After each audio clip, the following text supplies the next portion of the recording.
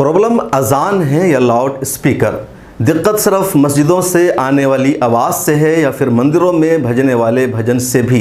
क्या सच में सुबह की नींद ख़राब हो जाती है अजान की आवाज़ से, या मकसद इस्लाम के ख़िलाफ़ जहर उगलना और इस्लामोफोबिया को फैलाना है? क्या कुछ हो रहा है अजान को लेकर और क्यों अजान पर सियासत हो रही है? अगर प्रॉब्लम वॉइस पोल्यूशन से है, अगर प्रॉब्लम लाउड स्पीकर से है, तो सिर्फ अजान पर पाबंदी का मुतालबा क्यों?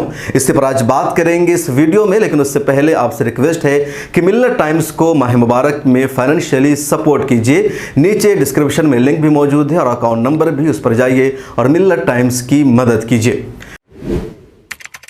अस्सलाम वालेकुम रहमतुल्लाह, मैं हूं शम्स तबरेज़ कासमी और आप देख रहे हैं मिल्लत टाइम्स। अजान पर पूरे मुल्क में फिर से सियासत गर्म है। जब भी रमज़ान का महीना आता है, अजान पर सियासत शुरू हो जाती है। अजान पर पाबंदी लगाने का मुतालबा किया जाता है और इन दिनों ऐसा ही मुतालबा हो रहा है और कई रियासतों में अजान पर पाबंदी भी लगाई जा चुकी है। सबसे पहले महाराष्ट्र हुकूमत ने एक ऑर्डर जारी किया और ऑर्डर जारी करके कहा कि रात के 10 बजे से सुबह 6 बजे तक माइक का इस्तेमाल करने की इजाज़त नहीं होगी, यानी माइक पर अजान नहीं दिया जाएगा। कर्नाटका हुकूमत ने अपने ऑर्डर में, अपने नोटिस में सिर्फ मस्जिदों को पाबंद नहीं किया बल्कि तमाम इबादत खानों को उन्होंने पाबंद बनाया। नोटिस उन्होंने मस्जिदों के नाम भी इशू की, मंदिरों के नाम भी इशू की। इसके अलावा रेस्टोरेंट और बार के नाम भी उन्होंने नोटिस इशू किया। कहा जा रहा है कि 300 नोटिस कर्नाटका हुकूमत की तरफ से इशू किया गया है, जिसमें 125 मस्जिदों को भेजा गया है, 83 मंदिरों को भेजा गया है। उसके अलावा भी दूसरी जो इबादत गाहें हैं या दूसरी चीज़ें हैं, कम्युनिटी मकामात हैं, उनको भेजा गया है। लेकिन सबसे ज़्यादा मस्जिदों को भेजा गया है और सिर्फ बेंगलोर शहर में भेजा गया है, दीगर जगहों पर नहीं। उस नोटिस में वाज़ेह किया गया है, सुप्रीम कोर्ट की गाइडलाइंस का हवाला दिया गया और कहा गया है कि रात के 10 बजे से सुबह 6 बजे तक लाउड स्पीकर की आवाज़ बाहर नहीं जानी चाहिए। दिन में भी लाउड स्पीकर के इस्तेमाल कम से कम आवाज़ में हो जाना चाहिए। एक वॉल्यूम की हद तय की गई है कि इंडस्ट्रियल एरिया है तो वहाँ इतनी आवाज़ हो सकती है, अगर रिहाइश एरिया है तो वहाँ इतनी आवाज़ होनी चाहिए, अगर साइलेंट जोन है तो वहाँ वॉल्यूम दिन में 50%, दिन में 50 और रात को 40 ही होना चाहिए, इससे ज़्यादा नहीं होना चाहिए। कर्नाटका हुकूमत में राइट विंग लोगों ने या मुतशद्दिद लोगों ने अजान से, माइक से अजान देने पर पाबंदी का मुतालबा किया था। पहले उन लोगों ने हिजाब पर पाबंदी का मुतालबा किया था, फिर मीट बैन करने का मुतालबा किया था। उसके बाद उन्हीं लोगों ने लाउड स्पीकर पर बैन का मुतालबा किया और हुकूमत ने राइट विंग शिद्दत पसंदों की बात को मानते हुए हुक्मनामा भी जारी कर दिया। कर्नाटका के बाद महाराष्ट्र हुकूमत ने भी इस तरह की गाइडलाइंस जारी की। महाराष्ट्र में पहले राज ठाकरे ने जाकर के कहा कि माइक से मस्जिदों से लाउड स्पीकर को उतार दो, वरना मस्जिदों के सामने हम हनुमान चालीसा आकर के पढ़ेंगे। और यही हुआ, लाउड स्पीकर का उन्होंने उतारने का मुतालबा किया। अगले दिन जाकर के उनकी पार्टी के वर्करों ने मस्जिद के सामने माइक लगाकर हनुमान चालीसा पढ़ना शुरू कर दिया। पुलिस ने उन सबको गिरफ्तार किया, उस मामले को हटाया। लेकिन महाराष्ट्र हुकूमत एक तरह से दबाव में आ गई और हुकूमत ने नोटिस जारी करके कहा कि तमाम मस्जिदों को नोटिस जारी की गई है और उसमें मस्जिद के इमामों से, मुतवल्लियों से कहा गया है कि वो रात में अजान देते वक्त माइक या लाउड स्पीकर की आवाज़ को धीमी कर दे, कम कर दे। एक सतह उनके लिए तय कर दी गई है। संजय रावत ने भी अपने ऑफिशियल स्टेटमेंट में इस बात का जिक्र किया। आज खबर आई है कि राजस्थान के अजमेर में भी माइक और लाउड स्पीकर के इस्तेमाल पर मुकम्मल तौर पर पाबंदी आयद कर दी गई है। सिर्फ मुसलमानों के लिए नहीं बल्कि सभी के लिए। किसी भी धर्म और मज़हब के मानने वालों का कोई इबादत खाना है, कोई धर्म स्थल है, तो वहाँ रात को लाउड स्पीकर का इस्तेमाल ममनू होगा। और 7 अप्रैल से ही अजमेर में भी ये नाफिज कर दिया गया है। अजमेर सिर्फ राजस्थान नहीं, हिंदुस्तान नहीं बल्कि दुनिया भर में मशहूर है, क्योंकि ख्वाजा गरीब नवाज़ मोइनुद्दीन चिश्ती अजमेरी रहमतुल्लाह अलैह का वहाँ मज़ार है। तो वहाँ भी एक तरह से पाबंदी लगा दी गई है लाउड स्पीकर के इस्तेमाल पर।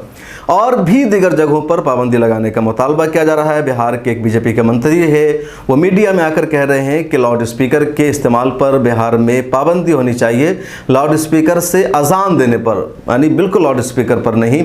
और भी कई जगहों पर लोग पाबंदी का मुतालबा करते हैं। यूपी में कई लोग बार बार इसका मुतालबा करते हैं कि लाउड स्पीकर से अजान देने पर पाबंदी लगनी चाहिए। लाउड स्पीकर के इस्तेमाल के सिलसिले में सुप्रीम कोर्ट की एक वाज़ेह गाइडलाइंस पहले से मौजूद है, जिस पर कभी भी कोई भी अमल नहीं करता है। सुप्रीम कोर्ट की तरफ से गाइडलाइंस मौजूद है कि रात के 10 बजे से सुबह 6 बजे तक लाउड स्पीकर का इस्तेमाल नहीं होना चाहिए। अगर किसी ख़ास वजह से लाउड स्पीकर का इस्तेमाल करना है, जैसे किसी जलसे में, किसी स्पीच में, किसी प्रोग्राम में, कोई रैली होनी है या कोई और कार्यक्रम है, कोई और प्रोग्राम है, तो उसके लिए लोकल इंतज़ामिया से, लोकल प्रशासन से परमिशन लेना ज़रूरी है और लोकल प्रशासन को है यह हक़ है कि वो परमिशन दे दे लाउड स्पीकर के इस्तेमाल पर। लेकिन उसकी भी हदें तय की गई है। अगर कोई कंटिन्यू रात के 10 बजे तक लाउड स्पीकर का इस्तेमाल करना चाहता है तो सिर्फ 15 दिनों तक की परमिशन दी जाएगी और रात के 12 बजे तक की ही परमिशन दी जाएगी। इसके अलावा कोई 1-2 दिन के लिए पूरी रात लाउड स्पीकर का इस्तेमाल करना चाहता है, कोई प्रोग्राम है, तो उसके लिए पूरी रात की परमिशन दी जाएगी। ये सारी चीज़ें तय हैं, लेकिन इस पर कभी अमल नहीं होता है। मस्जिदों में भी लाउड स्पीकर का इस्तेमाल होता है, मंदिरों में भी होता है और भी दीगर कई कम्युनिटी सेंटर में होता है, शादी ब्याह में भी होता है, सियासी रैलियों में होता है, जलसे जुलूस में होता है और भी कई तरह के नाच गाने का जो प्रोग्राम होता है वहाँ भी लाउड स्पीकर का ज़बरदस्त तरीके से इस्तेमाल किया जाता है। मस्जिदों में लाउड स्पीकर का इस्तेमाल दिन भर में सिर्फ 5 मरतबा होता है 15 मिनट के लिए। उमूमन एक वक्त की अजान देने में 3 से 4 मिनट का वक्त लगता है और 5 वक्त को आप शामिल कर लीजिए तो पूरा 15 से 20 मिनट का वक्त लगता है अजान देने में। इसके अलावा उमूमन मस्जिदों में माइक का या लाउड स्पीकर का कोई इस्तेमाल नहीं होता है। अगर होता है तो उसके कुछ मखसूस काम है जिस पर आगे हम आपको बातचीत करेंगे। अजान का मकसद ही होता है लोगों तक आवाज़ को पहुँचाना। जब तक माइक नहीं आया था तो माइक आने से कबल लाउड स्पीकर के वजूद से पहले अजान देने के लिए किसी ऊंची जगह का इंतखाब किया जाता था और उस जगह के इंतखाब करने का मकसद ये था कि मुसलमानों तक, मस्जिद के आसपास रहने वाले लोगों तक अजान की आवाज़ पहुंच जाए ताकि उन्हें पता चल जाए कि नमाज का वक्त हो चुका है और नमाज पढ़ने के लिए जाना है। अजान देने का मकसद ये होता है लोगों को मुतनब्बे करना, बताना कि नमाज का टाइम हो चुका है और नमाज अपने मुकर्ररा वक्त पर फ़र्ज़ है। नमाज अजान का लाजमी जुज़ है और एक तरीक़े से अजान इस्लामी शिआर में भी शामिल है। उससे मतलब उससे बिल्कुल भी अलग नहीं किया जा सकता है। दुनिया भर में हर जगह जहाँ नमाज होती है, जहाँ मस्जिद है, वहाँ अजान होती है। अजान के बग़ैर मस्जिद और मस्जिद के बग़ैर अजान नहीं। आप इसको इस तरह समझ सकते हैं। अब ये मामला है, लाउड स्पीकर आया, माइक आया, ऊंची जगह का इंतखाब के बजाय अंदर से ही अजान दी जाने लगी और लोगों तक अजान की आवाज़ पहुँचती है। जहाँ मस्जिद है वहाँ अजान होती है। मस्जिद में अजान के अलावा लाउड स्पीकर का जो इस्तेमाल है रमज़ान के महीने में उमूमन कुछ इलाक़ों में सहरी के जगाने के लिए होता है। सहरी का टाइम होता है रात के 2 बजे या 2:30-3 बजे। तो इस वक्त कुछ लोग आते हैं, माइक का इस्तेमाल करके कहते हैं कि हज़रात गिरामी सहरी का वक्त हो चुका है, इतने बजे सहरी का आखिरी वक्त है, इतने बजे सहरी का टाइम ख़त्म है, आप अपनी सहरी मुकम्मल कर लीजिए। इसलिए होता था क्योंकि उमूमन पहले हर एक के पास घड़ी नहीं होती थी, लोग जग भी नहीं पाते थे, जगना मुश्किल था, अलार्म नहीं होता था, तो माइक का इस्तेमाल करके उन्हें बता दिया जाता था कि सहरी का वक्त हो चुका है, आप नींद से बेदार हो जाएं। लोग आवाज़ सुनकर सहरी के लिए जागते थे, सहरी करते थे। फिर सहरी का वक्त ख़त्म होते वक्त बता दिया जाता था कि सहरी का वक्त ख़त्म हो चुका है, लिहाजा अब खाना पीना बंद कर दें। तो इसलिए माइक का इस्तेमाल सुबह में होता था। कुछ लोग इसी दौरान नात शरीफ पढ़ने लगे, तिलावत करने लगे, तकरीर करने लगे, हालांकि सिलसिला अमूमन कम होता गया है। इसके अलावा भी कुछ जगहों पर मस्जिदों में फ़जर की नमाज के बाद सलात व सलाम पढ़ा जाता है और उसके लिए माइक का इस्तेमाल होता है। यह तो मस्जिदों में लाउड स्पीकर और माइक का इस्तेमाल हुआ। मंदिरों में लाउड स्पीकर और माइक का इस्तेमाल होता है नहीं, वो भी जान लीजिए। उमूमन मंदिरों में सूरज के तुलू होने के बाद एक रिकॉर्डेड भजन पढ़ा जाता है, लाउड स्पीकर का उसके लिए इस्तेमाल किया जाता है और लाउड स्पीकर से उसकी आवाज़ मंदिर के आसपास जहाँ तक भी लाउड स्पीकर की आवाज़ पहुँचती है वहाँ तक के लोगों को सुनाया जाता है और यह हर रोज़ का मामूल होता है। इसके अलावा दूसरे प्रोग्राम होते हैं, नवरात्रि के मौके पर या जितने सारे पूजा होते हैं, त्यौहार होते हैं, उस मौके पर उमूमन माइक का इस्तेमाल होता है। कभी कभी 10-10 दिनों तक लगातार पूजा होता है और उस पूजा के 10 दिनों में दिन रात हर वक्त माइक का इस्तेमाल किया जाता है। इसके अलावा शादी ब्याह में माइक का इस्तेमाल होता है, दूसरी चीज़ों में भी माइक का इस्तेमाल होता है। सियासी रैलियाँ होती है वहाँ माइक का इस्तेमाल होता है, जलसे के प्रोग्राम होते हैं वहाँ माइक का इस्तेमाल होता है और सब लोग एक दूसरे की आवाज़ को बर्दाश्त करते हैं। कभी एक दूसरे पर कभी लोगों ने एतराज़ नहीं किया। मस्जिदों से होने वाली अजान को भी हमेशा लोगों ने सराहा और दूसरी कम्युनिटीज़ के यहाँ जो लाउड स्पीकर का इस्तेमाल होता है उसको भी लोगों ने सराहा, कभी एतराज़ नहीं किया। बल्कि शादियों में तो कभी कभी ऐसा होता है कि पूरे रोड को जाम कर दिया जाता है, दूल्हा दुल्हन की गाड़ी होती है, उनका रथ होता है, वो रास्ते पर चलता है, डांस होता है, डीजे बजता है, तेज़ आवाज़ होती है, पटाखे फोड़े जाते हैं, फिर भी समाज और माशरा के लोग उसको बर्दाश्त करते हैं, क्योंकि एक ही मोहल्ला है, कुछ हिंदुओं का घर है, कुछ मुसलमानों का घर है, साथ रहना है, कभी दूसरे पर एतराज़ नहीं करते हैं। लेकिन अब भारत में एक नया चलन शुरू हो गया है कि लाउड स्पीकर से प्रॉब्लम है, लाउड स्पीकर से प्रॉब्लम है, और प्रॉब्लम लाउड स्पीकर से नहीं, दरअसल इस्लामोफोबिया है।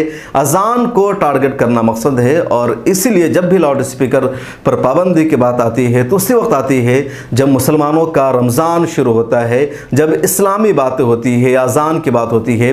कभी ये नहीं कहा जाता है ना तबसरे में ना गुफ्तगू में कि मंदिरों में जो भजन बजता है उससे भी प्रॉब्लम होती है, उससे भी नींद ख़राब होती है। कभी ये नहीं कहा जाता कि शादियों में जो डांस होता है, जो डीजे बजता है, उससे नींद टूट जाती है, उस पर बैन लगना चाहिए। तो हर जगह टारगेट अजान को ही किया जाता है, और यही प्रॉब्लम है और यही इस्लामोफोबिया है भारत में, जिस पर लोग एतराज़ कर रहे हैं, सवाल पूछ रहे हैं।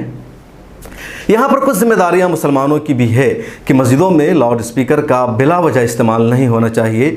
अब जैसे सहरी के लिए जगाने का मामला है, पहले का ज़माना ऐसा था जब लोगों के पास घड़ी नहीं थी, लोगों के पास वसाइल नहीं थे, जागना बेदार होना मुश्किल था। चुनांचे गाँव में एक काफ़िला जाता था, कुछ लोग जग जाते थे और वो दूसरों को जगाते थे, दरवाज़ा खटखटाते थे। इस तरह लोग जग जाते थे, कुछ लोग रास्ता चलते हुए कोई नज़म पढ़ते थे, और उमूमन लोगों तक आवाज़ पहुँचती थी और वो बेदार हो जाते थे। लाउड स्पीकर आया तो मस्जिदों से ही जगाया जाने लगा, इत्तला दी जाने लगी। अब उमन लोगों के पास घड़ी है, मोबाइल है, सारी चीज़ें, और शहरों में तो लोग सोते भी नहीं हैं, तो कोई ज़रूरी नहीं है कि सहरी के लिए भी मस्जिदों से ही माइक का इस्तेमाल करके माइक का इस्तेमाल किया जाए, लाउड स्पीकर का इस्तेमाल किया जाए। इसी तरीके से मस्जिदों में तफसीर के लिए जो बाहर का हिस्सा है उसका इस्तेमाल करना, लाउड स्पीकर का इस्तेमाल करना, मस्जिद से तकरीरों के लिए रात को लाउड स्पीकर का इस्तेमाल करना, सहरी के वक्त में इस्तेमाल करना, या सलातो सलाम के लिए लाउड स्पीकर का बाज़ाब्ता इस्तेमाल करके पूरे लोगों को सुनाना, जहाँ पर दूसरी कम्युनिटीज़ के लोग होते हैं, अगर उन्हें डिस्टर्ब होता है और मस्जिद मुसलमान बहुत कम तादाद में दूसरे लोग हैं और अगर उन्हें दिक्कत होती है, तो इस सिलसिले में कुछ मुसलमानों को भी सोचना चाहिए, एक फ़ैसला करना चाहिए कि माइक का, लाउड स्पीकर का इस्तेमाल कहाँ करना है, नहीं करना है, किस तरह करना है।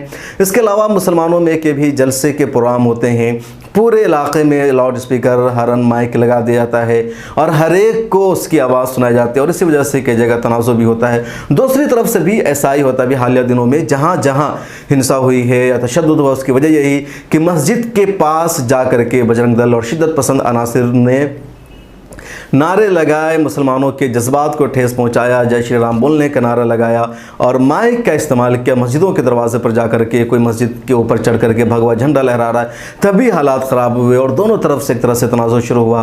तो इस पर काबू पाने की ज़रूरत है और मेजॉरिटी कम्युनिटी को तो ख़ास तौर पर इस पर ध्यान देना चाहिए कि उन्हें माइनॉरिटी के जज्बात को ठेस नहीं पहुँचाना चाहिए। ख़ुद मुसलमानों के भी आपस में बैठने की, सोचने की ज़रूरत है कि जहाँ लाउड स्पीकर का इस्तेमाल नहीं है, जहाँ ज़रूरी नहीं है, वहाँ क्यों लाउड स्पीकर का इस्तेमाल हो रहा है।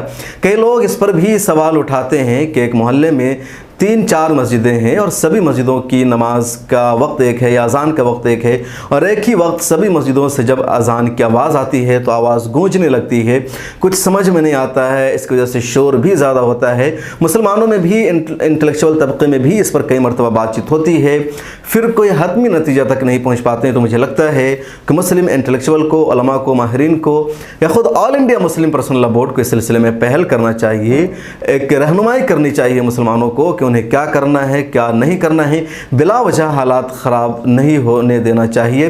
तो ये सारी गुफ्तगू है अज़ान को लेकर के जो मैंने आपसे शेयर की है, और मकसद यही कि अज़ान नहीं बल्कि अज़ान के नाम पर इस्लामोफोबिया को फैलाना है।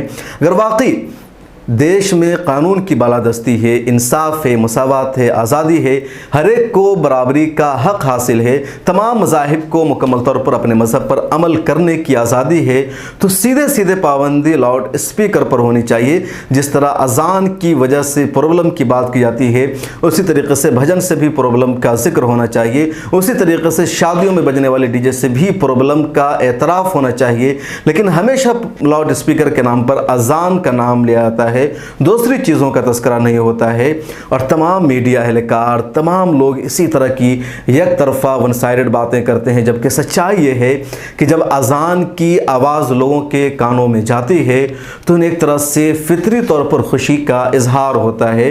वो कभी बेचैनी महसूस नहीं करते, वो कभी प्रॉब्लम महसूस नहीं करते, बल्कि वो खुशी समझते हैं। और अगर शहरों के बजाय आप गाँव देहातों में जाए तो वहाँ अब तो खैर हर जगह घड़ी हो गई है, वरना पहले क्या था कि वो अजान से ही अपने वक्त को तय करते थे, अपने दिन का कामकाज शुरू करते थे। फजर की अजान होती थी तो खा हिंदू हो या मुसलमान, बल्कि मुसलमानों से ज़्यादा हिंदू अब इसी दलित समाज के लोग अजान की आवाज़ सुनकर उठ जाते थे, उन्हें लगता था अब सुबह हो गई है।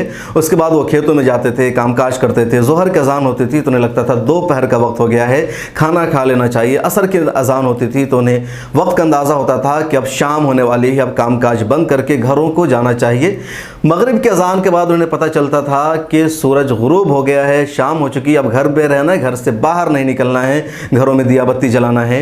इशा की अजान होती थी तो फिर वो सो जाते थे कि अब सोने का वक्त हो गया है, अब मज़ीद नहीं जागना है। और जिस दिन भी मैंने खुद अपने मोहल्लों में देखा है कि अगर कभी माइक ख़राब हो जाता था या माइक से अजान नहीं दी जाती थी तो वो पूछते थे कि आज अजान नहीं हुई क्यों, मेरा ये काम डिस्टर्ब हो गया, मुझे वहाँ जाना था, खेत में जाना था, और अजान ना होने की वजह से हम इंतज़ार करते रह गए कि कब दोपहर होगा, कब वहाँ जाएंगे। तो अपने वक्त का अंदाज़ा वो अजानों से ही लगाते थे और इससे वो अप्रिशिएट करते थे, कभी दिक्कत महसूस नहीं करते। आज तो मैं ये देखता हूँ गाँव में, अपने इलाकों में, कि हिंदू पहले जग जाते हैं अजान की आवाज़ सुनकर के और मुसलमान नहीं जगते, बल्कि जबकि फ़जर की अजान का मकसद ही होता है नींद से जगाना, नींद से बेदार करना। फ़जर की अजान में एक मतलब कि बढ़ा दिया जाता है एक जुमला, अस्सलातु खैरुम मिनन नौम, की नमाज नींद से बेहतर है। तो अजान देने का मकसद ही जगाना होता है और सब लोग जगते हैं। शहरों की दुनिया अलग है, जहाँ लोग 3-4 बजे सोते हैं, तो ना मुसलमान ना हिंदू, कोई भी सवेरे यहाँ नहीं जागता है। शहरों की मस्जिदों में भी फ़जर की नमाज में बहुत कम मुसलमान मौजूद रहते हैं। तो ये पूरा मामला है।